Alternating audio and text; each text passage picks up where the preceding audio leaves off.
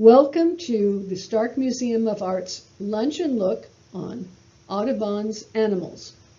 From the noble elk to the nimble Say's squirrel, artist John James Audubon tracked the animals of North America. Although he did hunt animals, his major purpose was to record and document all that he could about American wildlife. His goal was to produce a sumptuous publication portraying and describing the diversity of American animal life. With the help of others, he succeeded in producing a wonderful publication entitled The Viviparous Quadrupeds of North America. We see a volume of the 3-volume set of the Viviparous Quadrupeds of North America.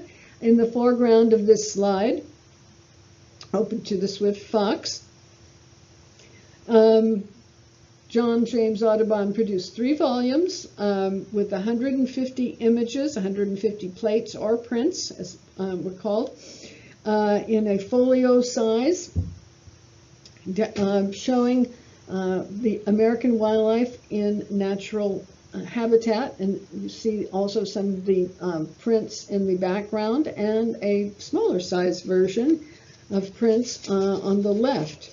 The major project for which John James Audubon is known, The Birds of America, in which he sought to catalog all known American birds, show them life-size and in natural habitat, and include text volumes describing the birds and their behaviors.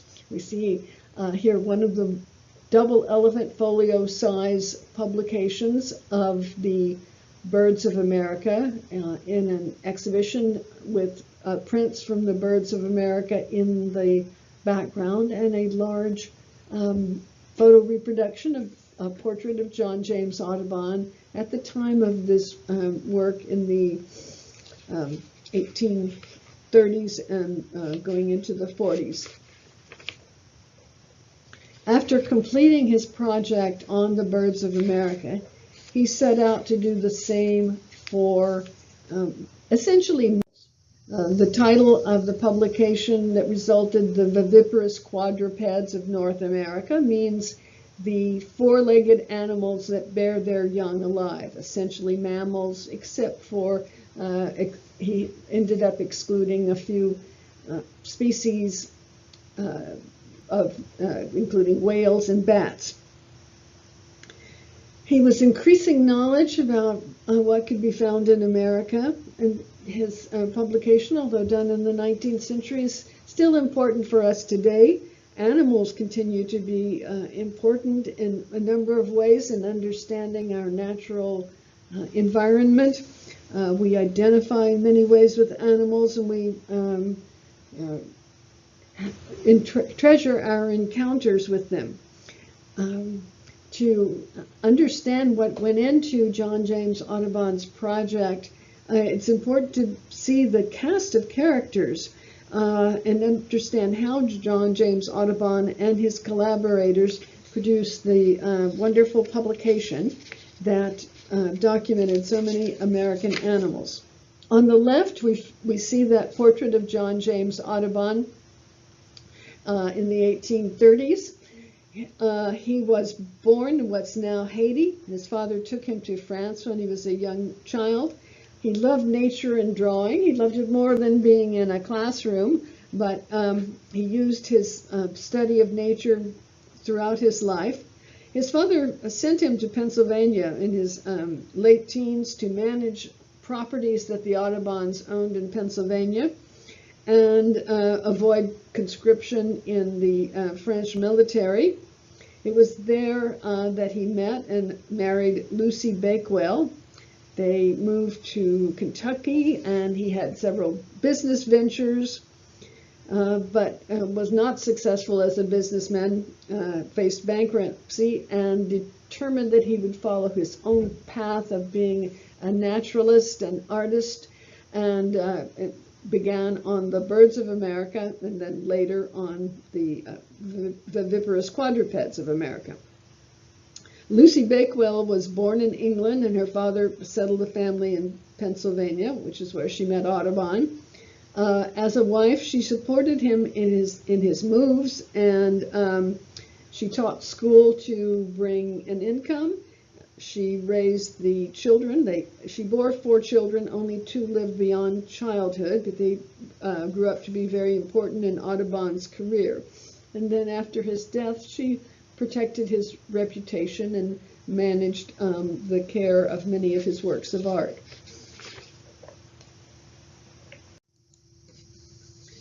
As I said, Audubon, even when he was painting birds, did continue to depict animals.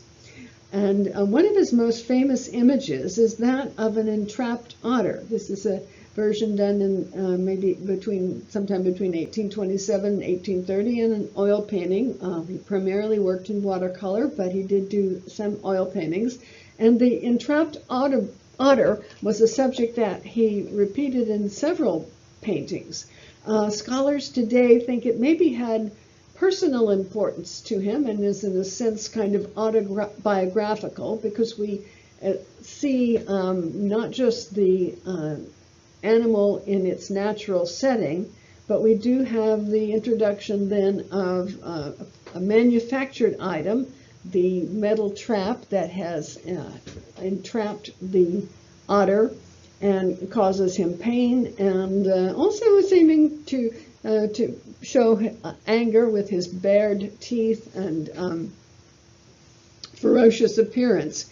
This was painted about roughly with the time frame that Audubon had gone bankrupt. His bankruptcy was in part due to the failure of a mill that did not bring in the revenue that he had hoped, and that in a sense entrapped Audubon in a situation where his financial difficulties were so great that he was briefly jailed for not being able to pay his debts.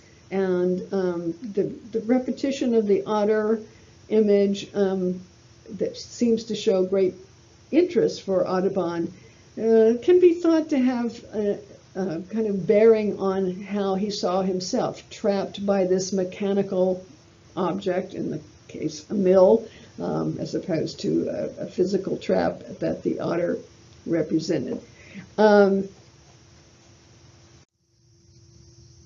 He would use that same basic image in his publication of the viviparous quadrupeds of North America. On the left, we see the final print for the volume, where again the otter is caught in the trap. We see the same ferocious imagery. We see more obviously the fish that has been the bait to catch that otter. But this image lingered in Audubon's career and was used over and over again. The version on the right is the unpainted version before the final production.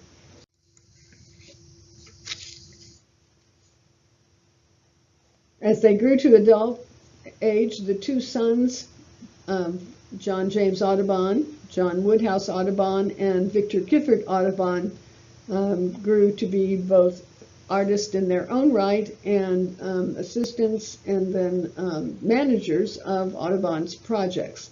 The older son, Victor Gifford Audubon, is on the right, and John Woodhouse, the younger son, is on the left. Each of them received artistic training, were accepted into the National Academy of Design, which was an honor to be included. And each of them played very important roles in both the Birds of America and the quadrupeds projects. The 2 young Audubon sons also made connections with another man and cemented a relationship with the Reverend John Bachman, shown on the left. and John James Audubon. The Reverend John Bachman was a Lutheran minister, but as an avocation, hobby, he pursued natural history. He studied animal life, and John James Audubon met him and became acquainted when he was in South Carolina, where Bachman lived, working on the Birds of America. They became friends. And John Bachman eventually took on the project of writing the text, the written history of animals for Audubon's Viviparous Quadrupeds project. As I said, the families were linked in another way, in that the two daughters of Bachman married the two sons of John James Audubon. John Bachman's daughter, Mary Eliza Bachman, married Victor Gifford, and his daughter, Maria Rebecca Bachman, married John Woodhouse.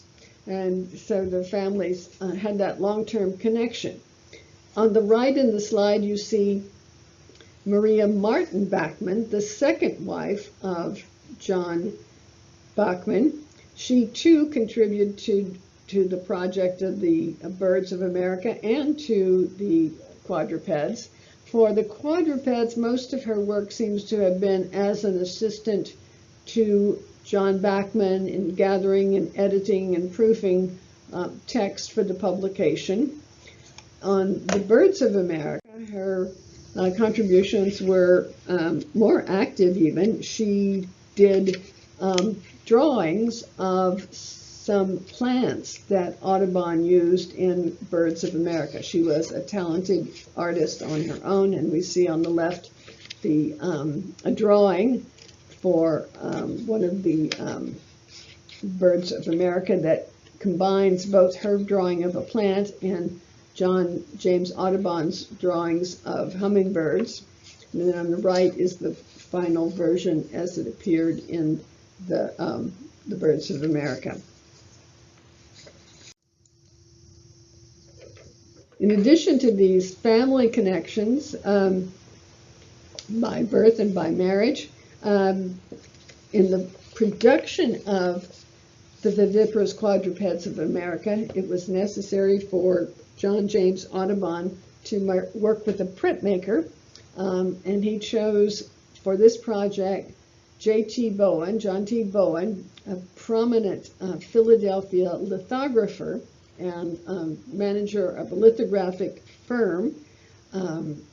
Bowen's firm was responsible for the production by transferring drawings of Audubon's onto lithographic stones, printing them, and coloring them. So all with collaboration with the Audubon family, but encouraged by the lithographic firm for the completion.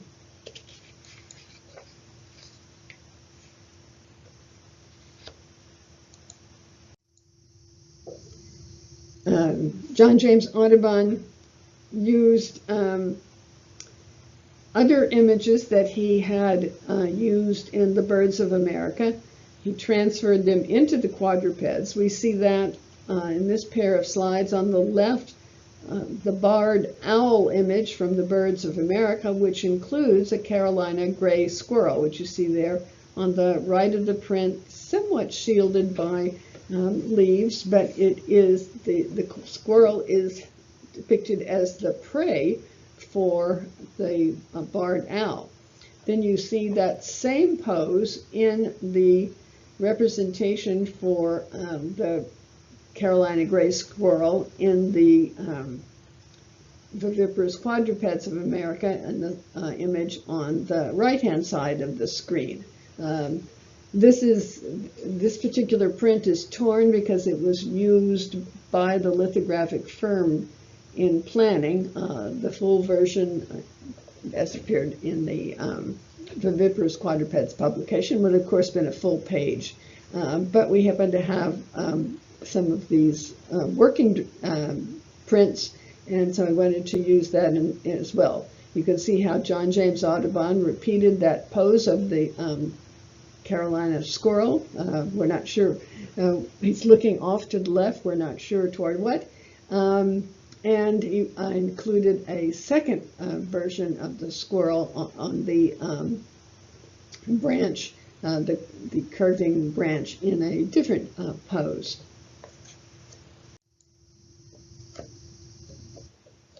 But the work for the viviparous quadrupeds required the drawing of many species of animals. Audubon was doing this in it began in around 1841, really aiming toward the project. He was living in the New York area. The family had a home, Minnie's Land, named for a pet name for their mother.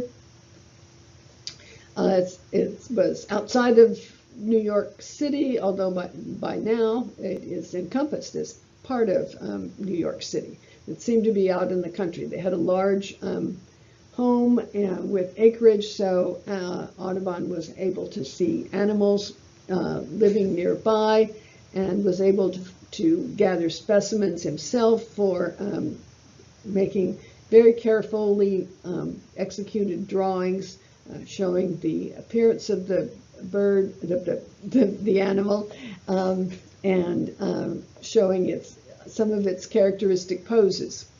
This is a watercolor drawing for the representation of the gray rabbit in the viviparous quadrupeds. And in this case, he showed a male and a female, which was very common, as Audubon often tried to show both the male and the female of a particular species. And in this one, he includes a small young rabbit. This particular drawing had great emotional weight for John James Audubon. He wrote an inscription explaining his emotions at the time that he was working on this drawing. It was a time of great distress that he felt. He wrote, "I drew this hare during one of the days of deepest sorrows I have felt in my life, and my only solace was derived from my labor. This morning our beloved daughter Eliza died at 2 o'clock. She is now in heaven, and may our God ever bless her soul." The Eliza referred to, of course, is the Eliza who had married Victor Gifford Audubon. Their marriage was short-lived because of her tuberculosis, but it was very meaningful to the extended family and to John James Audubon, who loved his daughter-in-laws as he would have loved daughters himself. He carried that emotion into the representation of gray rabbit. And then the final print is slightly rearranged. The male is not quite hovering over the young as it had been in the first version, but you still sense some of the vulnerability of the young and the protection of the two older animals seeking to perhaps take care of the young in the best way that they can.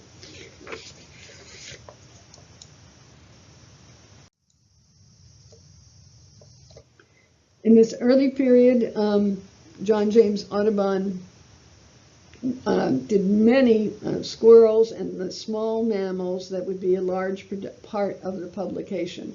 The viviparous quadrupeds, he could not show all of the animals life size because, of course, many of them are large animals, but he did at least choose a paper so that he could show the smaller animals life size. So the squirrels such as this, what he calls soft-haired squirrel that is known today as a Douglas squirrel, he was able to show life size. This was one that he had to work totally from specimens. It was a squirrel from the far west. There were specimens that had been acquired in Upper California, and he was able to use those to do the drawings for the animals. And on the next few slides, I'm going to show you how one way that the Audubons collaborated to make imagery. John James Audubon did individual drawings of the squirrels going into the publication. You see the one on the left that is has feet on two different branches and is bending downward. The one on the right curled in position. Even though he worked from specimens, he gives a great sense of life to these squirrels. He drew on his knowledge of squirrels in general, their poses, the three-dimensionality of the body, the way their fur is depicted, to make these individual drawings.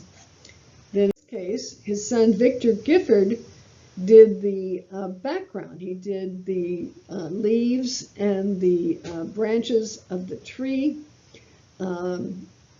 leaving spaces for where the squirrels would be produced.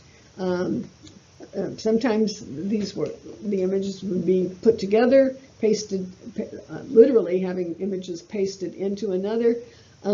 Sometimes the lithographer had to make the joint in many ways. But on the right, you see, again, the finished print showing the two squirrels placed in relation to each other on the branches of the tree where Victor Gifford had left the spaces for them. Notice also there were some changes made. The original drawing, the leaves were brown, and in the final version they are green, perhaps to add more liveliness as opposed to showing the changes of leaves at the autumn time. To produce the publication and to be as scientifically accurate and inclusive as possible, he would need to travel west to be able to see firsthand more species and to see them in nature. So he began making plans in the early 1840s to go west. He did so in 1843 with a party to work on the project. He included Edward Harris, a friend and a naturalist, who helped him study the particular animals. He hired another artist, Isaac Sprague, to go along and do drawings. He hired John Bell, a taxidermist, and he also had a secretary, Louis Squires, and all four of these joined him in going, they made a land voyage to St. Louis. There they were able to secure passage on a fur trading boat that would go up the Missouri River to various fur trading stations and take supplies to the trading post and get in exchange furs to take back to St. Louis and then to be shipped to East and to Europe for use in production of clothing and hats. While waiting in St. Louis, Audubon could not resist sketching in the area, and he made this beautiful image of the Say's squirrel. He shows the squirrels in the foreground, with one curled around the root of a tree and another standing alertly with the beautiful tail raised. In the background we see a log cabin, shelter, and in the midground we see the evidence of the trees that have been cut down to make such a log cabin. So we see the West being settled while the wildlife is still prominent. On the right is his image of a swift fox. as they traveled up the Missouri River and stayed at trading post, Audubon acquired a fox, which he would later bring home with him and use it as inspiration. And thus he made this beautiful image of the fox in profile, but yet also in action as it opens its mouth and strains upward, perhaps for an insect. The animals that Audubon sought were those that were native to the far west or could only at this time be seen in the far west, such as the American bison or buffalo. John James Audubon eventually included 2 prints of American bison, this one of the single male bison in profile. He also did for the publication a family print. While in the West, Audubon did go on a buffalo hunt. They stayed at Fort Union at the confluence of the Missouri and Yellowstone rivers, today on the border with North Dakota and Montana. And he greatly enjoyed the adventure of buffalo hunting. He definitely made sketches, and he is credited with the image of the American bison that appeared in the viviparous quadrupeds. The oil painting on the left is probably the source for the image that was then transferred into the print for the quadrupeds. It raises a question of attribution. Most likely, the oil painting was by John Woodhouse Audubon. That's the way the scholars lean to this understanding today, even though John Woodhouse was not credited with the print. As primary artist for the whole project, John James Audubon's name appeared as an inscription on most of the prints in the quadrupeds, even though versions were done by John Woodhouse Audubon. This is another example, the pronghorn antelope of on the left is actually from the large version of the viviparous quadrupeds. We know that John James Audubon made sketches that could be used. There is a drawing of the 3 mountains, this particular mountain formation that exists today, and it is a drawing by John James Audubon. Likely he made sketches of the pronghorn antelopes as well, and thus he is credited in the large version. But later, after the large version of the viviparous quadrupeds was produced, there was also a smaller version, the octavo size, about 8 by 10, and the print of the pronghorn antelope in this case has the inscription attributed to John Woodhouse Audubon. So most likely John Woodhouse did the major part of the drawing for the pronghorn antelope, and he kind of reclaimed his imagery in the second version of the publication.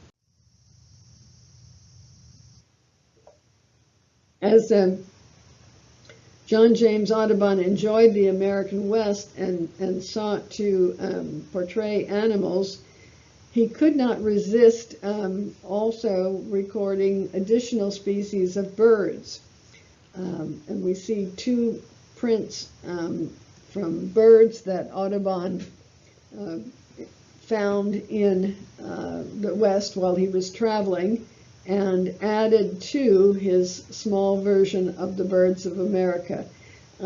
He named them after members of his party. Bell's Vireo on the left, named for John Bell, and Sprague's Missouri Lark on the right, named for Isaac Sprague, the other artist who traveled with him, and probably also made drawings that were used in the final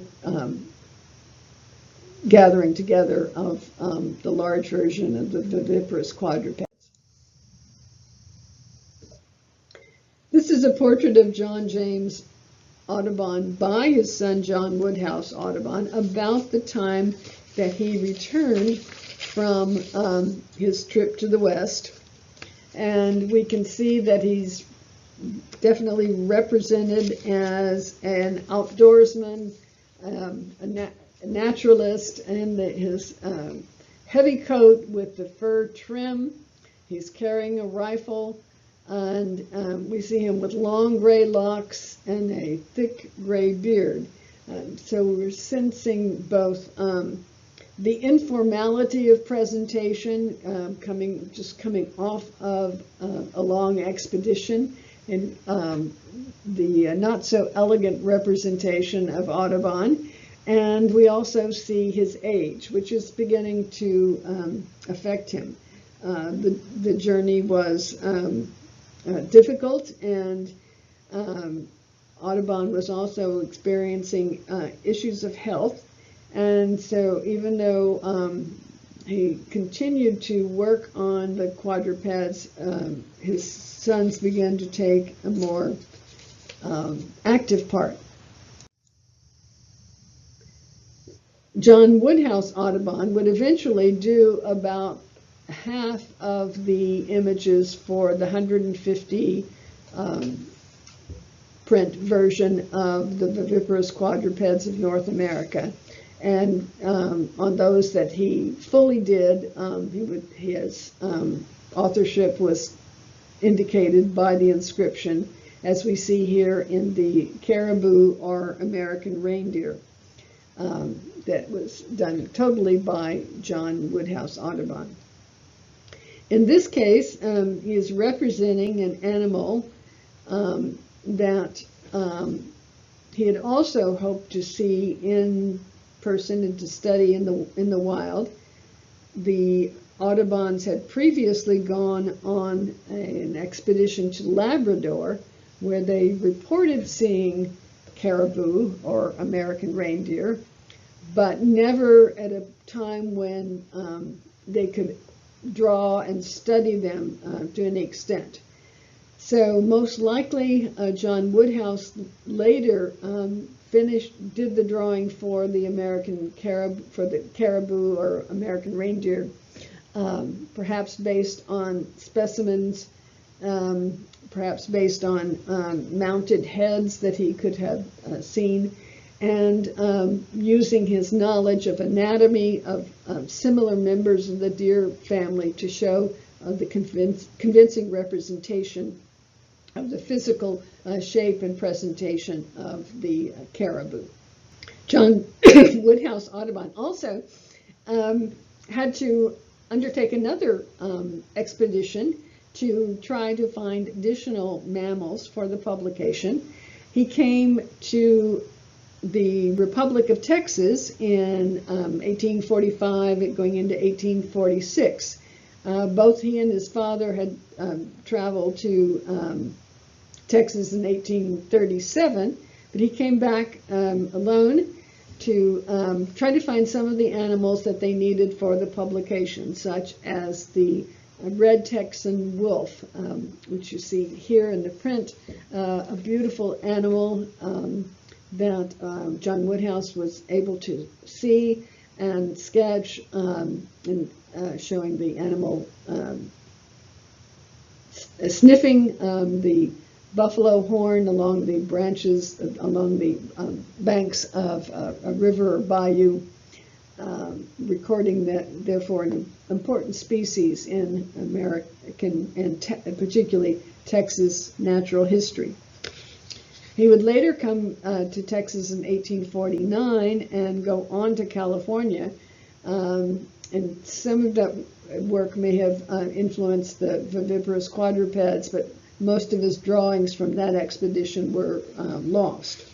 But Texas played an important part of the production of the viviparous quadrupeds of North America.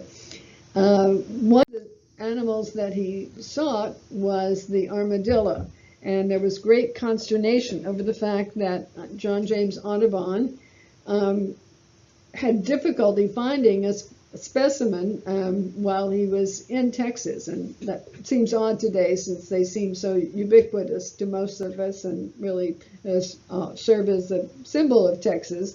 But at the time of his trip, they seemed to be more elusive. Eventually had to finish his print of the armadillo by working from specimen. And you see that for some awkwardness, particularly in the head of the armadillo. But they felt that the publication would never be complete without the armadillo, so it was an important inclusion. Many of the animals were previously known in scientific circles. One of the important contributions to the scientific purpose of the viviparous quadrupeds was the inclusion of a new species, the black-footed ferret, which the Audubons discovered, and the image that they produced for the viviparous quadrupeds was the first presentation of the black-footed ferret to the scientific community. And there was some criticism at the time.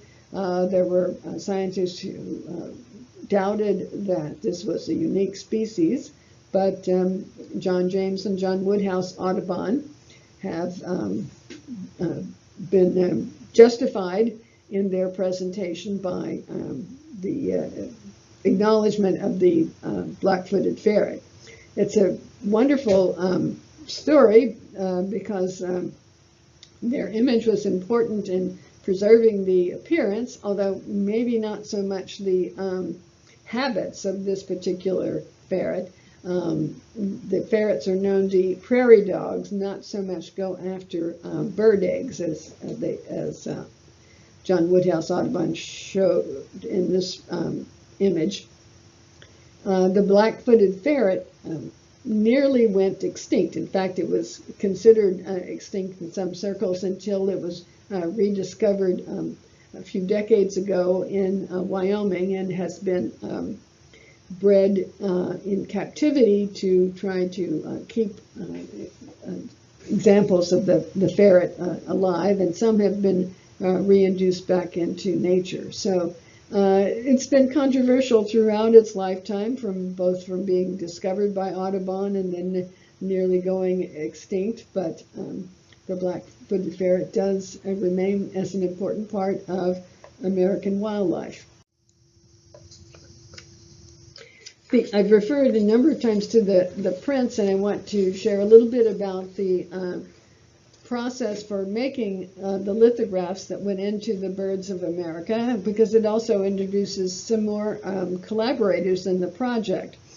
The lithographs made by Bowen were made on lithographic stones. I show this slide that has on the left a lithographic stone, obviously not for the viviparous quadrupeds. Most of the stones were reused, and so I'm just showing a stone from an entirely unrelated project just to give you a visual image of a lithographic stone. The one I'm showing happens to be a map, but it shows how the images are drawn onto the lithographic stone, and through the process, the stones are inked where there is a drawing and pressed against paper, and then you see on the right the image that results so that it is a reverse image, so that everything on the lithographic stone has to be drawn, in essence, backwards. And this is the work that J.T. Bowen and the artisans in his studio would do, making the lithographic stones, pulling them through the process, then hand coloring them. And for the hand coloring, Bowen needed to have a studio of colorists, and many of these were young women who did the detailed work of coloring, like today we do use coloring books, and they followed the example by Audubon or his sons to match the actual colors. They would often have pattern plates, maybe one version that the colorist would use.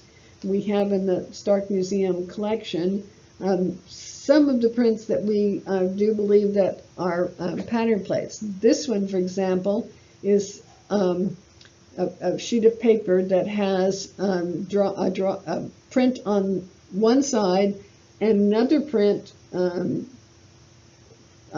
printed upside down from the first one on the back side. So in this case, I think the studio was trying to save paper. The one on the left is only partially colored, so it may have been a version that was done and then the colorist made errors, or for some reason the project of this print was left aside, and so they reused the paper for another. This print, another interesting thing about it, it has a name written on it, and the name is Mary Talon. We believe that she was the colorist, or that kind of head colorist, the major colorist for this particular print. Unfortunately, we know her name now, but very little about her. Her name also appears on prints that were pattern plates for the small version of the Birds of America. So she appeared to work for John Bowen on both of those projects, though she probably became quite experienced as a colorist, and that's maybe why her name was assigned on the project. There are other prints that have Mary Talon's name. The only biographical information that we've located is an address that she lived at 1132 South 11th Street in Philadelphia. But we can imagine her life going to the studio each day to paint the colors of John James Audubon's work, and that we hope that she felt great pride in being included in this project and acknowledged, at least today, as being one of the contributors to the successful publication. Because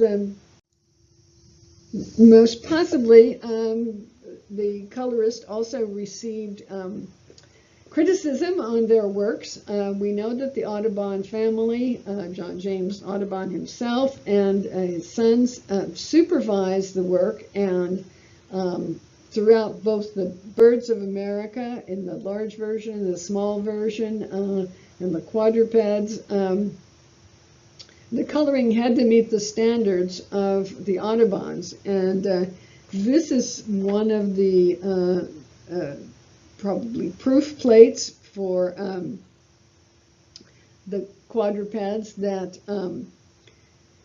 Victor Gifford Audubon wrote a note on, and thus he's giving instructions to the colorist. He begins the inscription by the word rose, so we think Rose was the colorist, and Victor wrote, "Query, is the eye bright enough?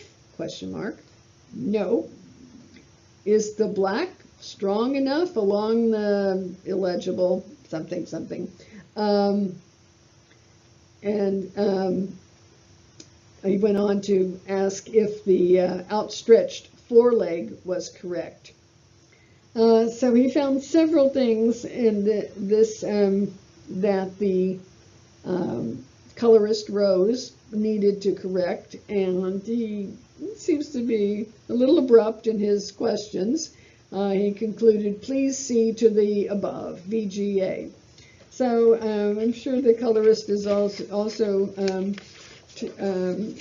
took great care to try to please the Audubons, who wanted the best possible representation of the animals that would appear in the quadrupeds of North America.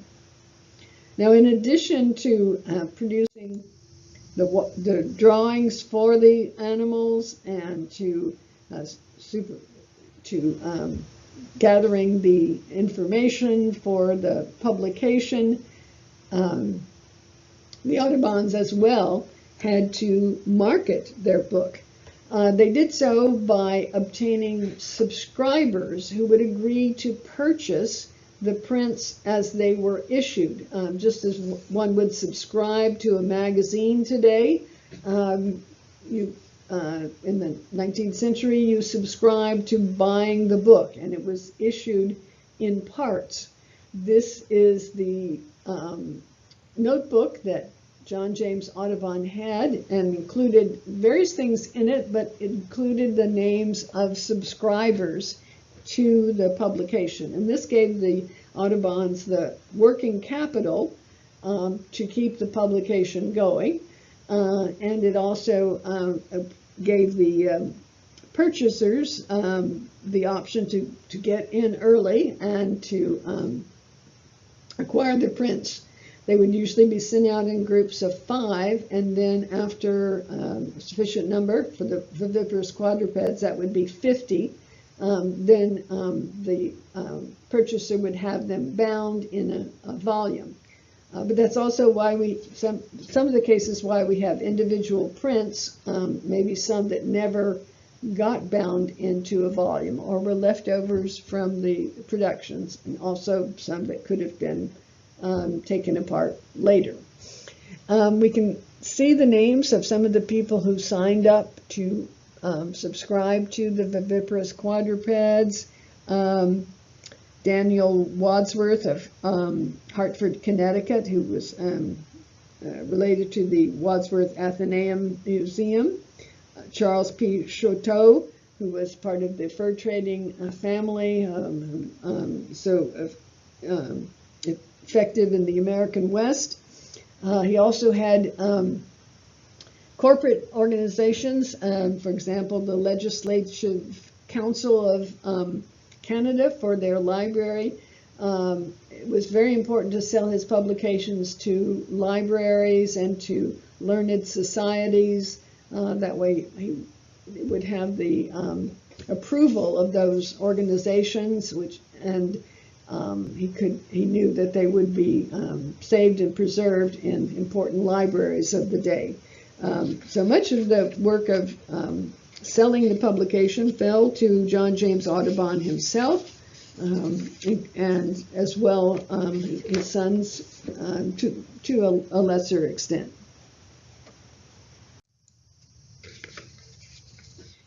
The viviparous quadrupeds of North America was successful enough that the family then produced a smaller version, the octavo size, about 8 by 10, and we see here on the left the folio size of the soft-haired squirrel, and on the right a version of the soft-haired squirrel